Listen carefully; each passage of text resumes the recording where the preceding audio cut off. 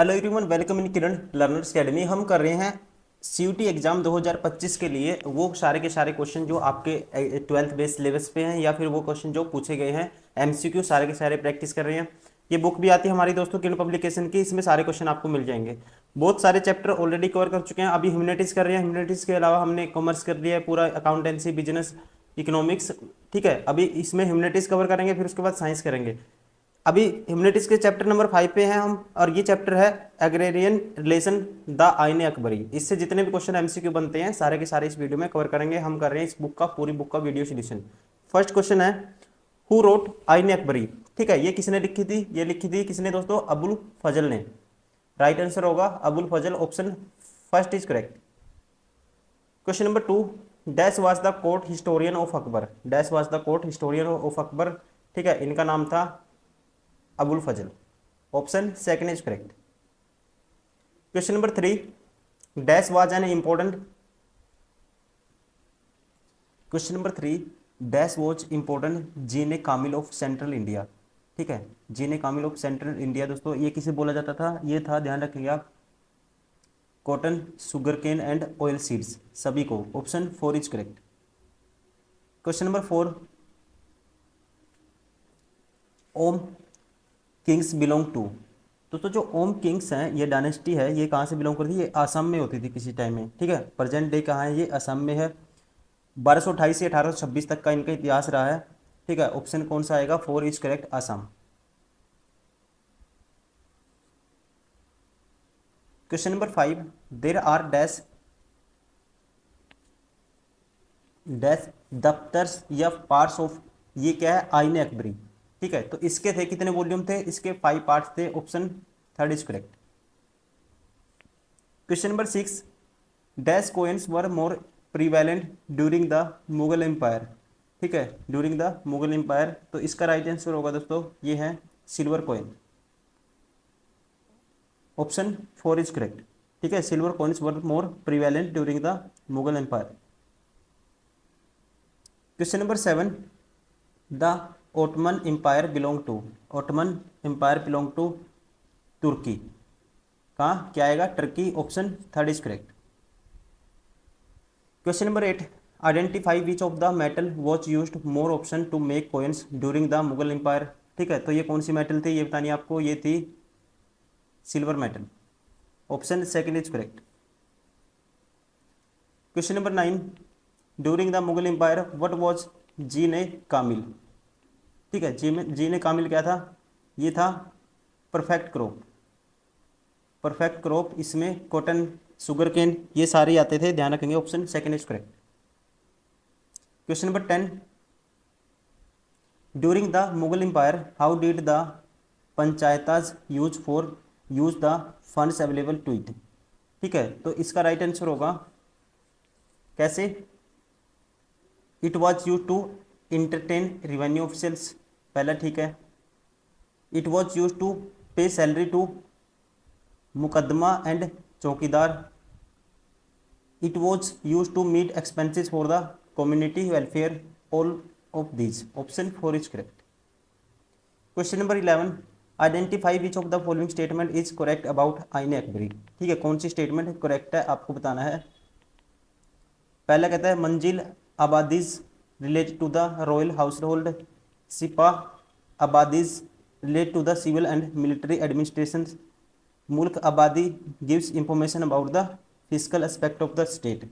ठीक है, तो आप ध्यान रखेंगे सारे के सारे करेक्ट हैं इसके, option 4 is correct. Question number 12, identify which of the following was not correct. ठीक है, कौन सा सही नहीं है। State help was available for irrigation. States help was available for irrigation, के लिए स्टेट्स की हेल्प अवेलेबल थी, ये ठीक है। सेकंड कहता है जीने कामिल वॉज ए रबी क्रॉप। दोस्तों ये गलत है। ठीक है, इसे बोलते थे परफेक्ट क्रॉप, ऑप्शन सेकंड क्या है? गलत है, यही पूछा है विच of the following is was not correct, option second is correct होगा। और ये क्या है? यही पूछा था, तो कौन सा करेक्ट नहीं है? सेकंड करेक्ट नहीं है। Question number 13, with which of the following methods zamindari consolidation was done in the Mughal period. ठीक है, तो ये कौन सा मेथड था ये बताना है। इसका नाम था, इसे बोलते थे all of these. Colonization of new lands by transfer of rights with the order of the state. ठीक है, सारे के सारे आएंगे, option 4 is correct.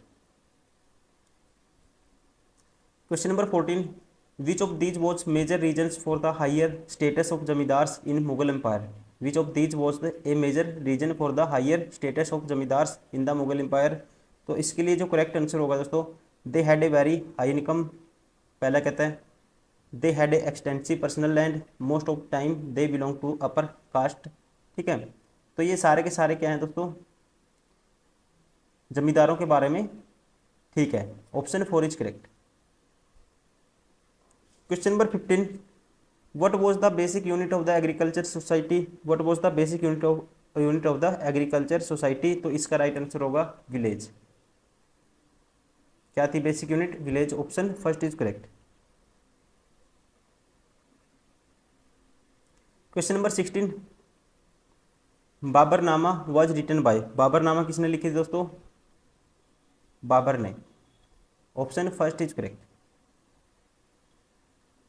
Question number 17, dash crop was introduced into India विया अफ्रीका एंड स्पेन। ठीक है, तो ये थी क्रॉप, इसका नाम था MEJD। ठीक है, maize, option first is correct. Maize crops was introduced in India, Africa and Spain. Question number 18, cotton was grown over a great swathe of territory spread over. ठीक है, तो ये आएगा, इसका राइट आंसर आएगा कहाँ पे, central India and the Deccan प्लेटू, option second is correct.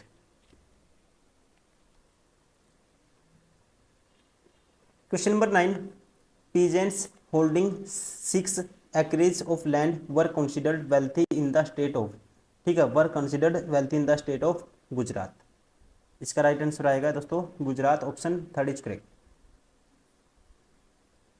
Question number 20, the graphical account of the journey of silver across the globe and India was given by.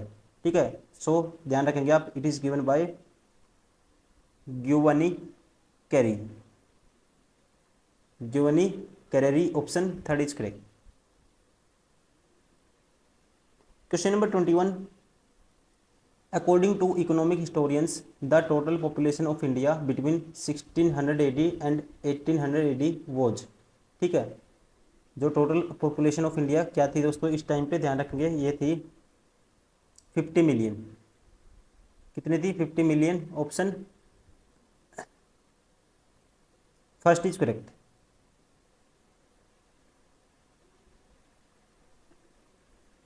Question number 22, an administrative sub division of the Mughal province was. ठीक है, an administrative sub division of the Mughal province was, option इसका right होगा option 4 pargana. ठीक है, pargana, option 4 is correct. Question number 23, the system where Bengal zamindars remonstrated the artisans with small daily allowance was called. तो इसे कहते थे दोस्तों, इसे कहते थे, ध्यान रखेंगे आप, जजमनी सिस्टम। क्या बोलते थे, jajmani system, option second is correct.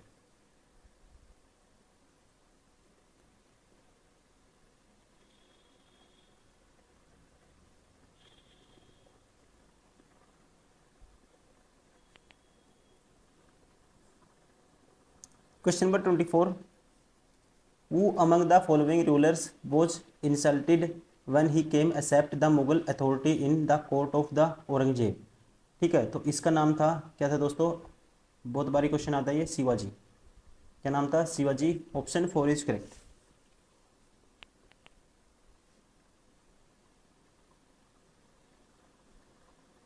Question number 25, during the Mughal period rank and salary were determined by the numerical value code. तो इसे कहते थे जागीर। क्या बोलते थे, jagirs, option 4 is correct. Question number 26, which among the following was the gazetteer of the Mughal empire. ठीक है, which one of the following was the gazetteer of the Mughal empire. तो इसका राइट आंसर होगा ऑप्शन सेकंड, आईन अकबरी। इसे बोला जाता था आईने अकबरी को। Option second is correct.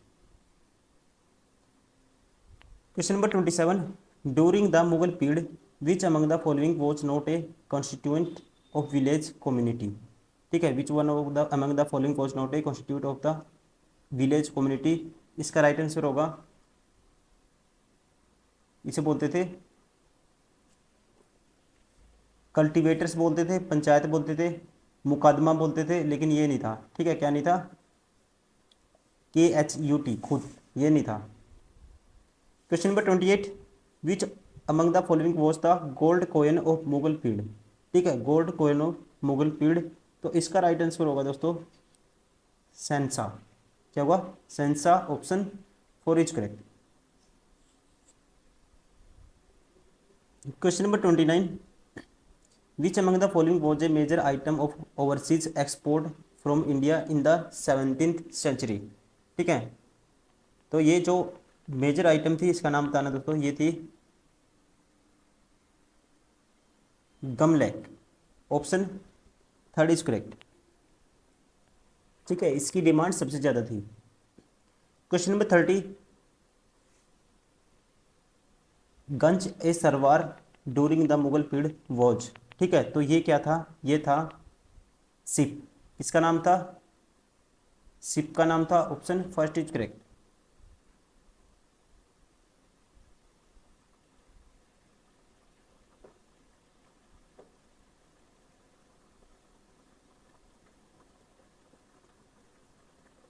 Question number 31, which of the following pairs are correctly matched. ठीक है, कौन से करेक्टली मैच्ड हैं ये आपको बताने हैं।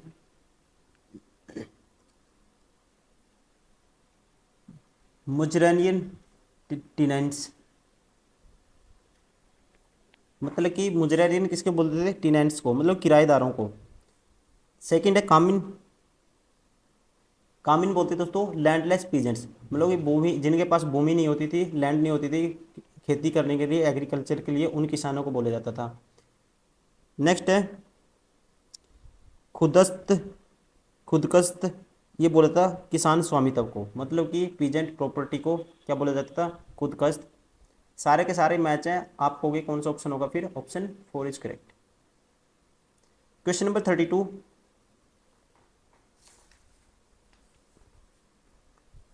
इन the Mughal land revenue system आमिल गुजर, आमिल गुजर वर।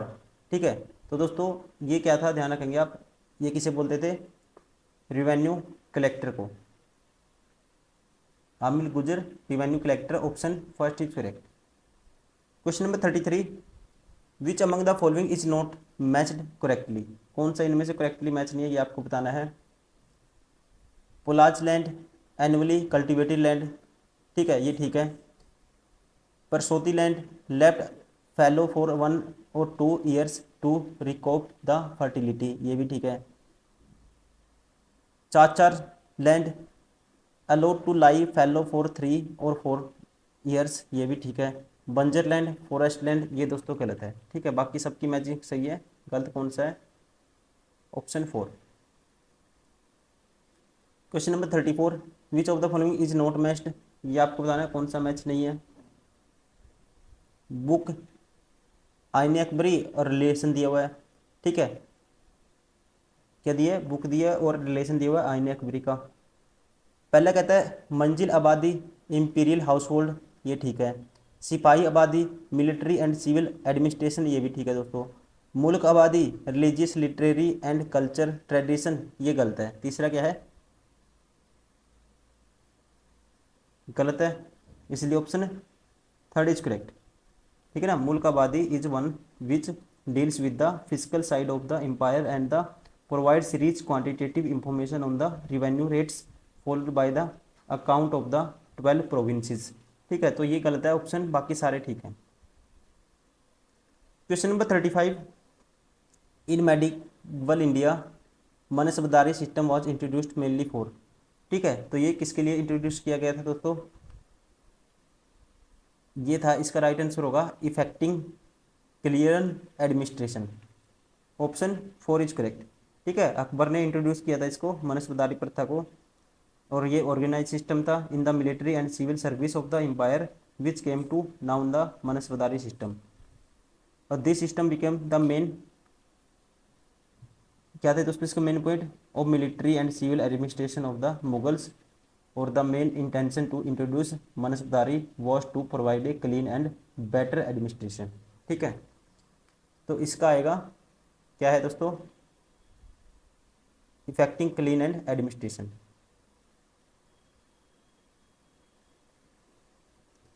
Question number 36, the jagir of Mughals is equal to which of the Delhi Sultanate.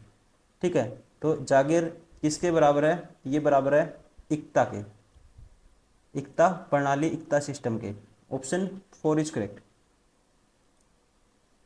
ठीक है ना।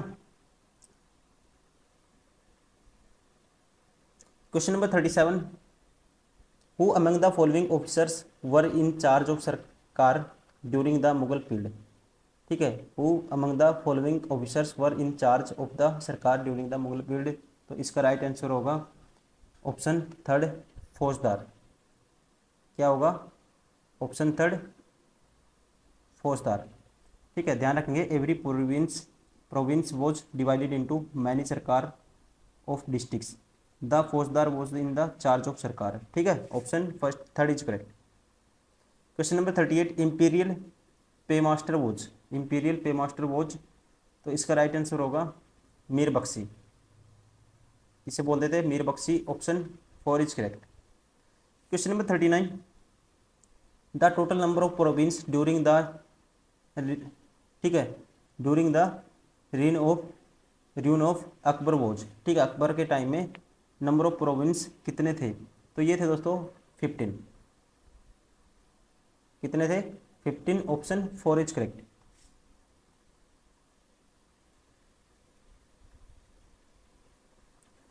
Question number 40, office of wakil completely lost its relevance during the reason of, या ड्यूरिंग द रीन ऑफ मतलब कि किसके टाइम में। ठीक है, office of wakil completely lost its relevance during the reign of, तो इसका राइट आंसर आएगा during the reign of Shahjahan. Option 1 is correct. The office of the wakil seems to have come into prominence when Akbar was a minor and Bahram Khan acted on his behalf as a deputy. After that, this office lost its importance. Although the title continued to exist, none of was appointed to act for the emperor.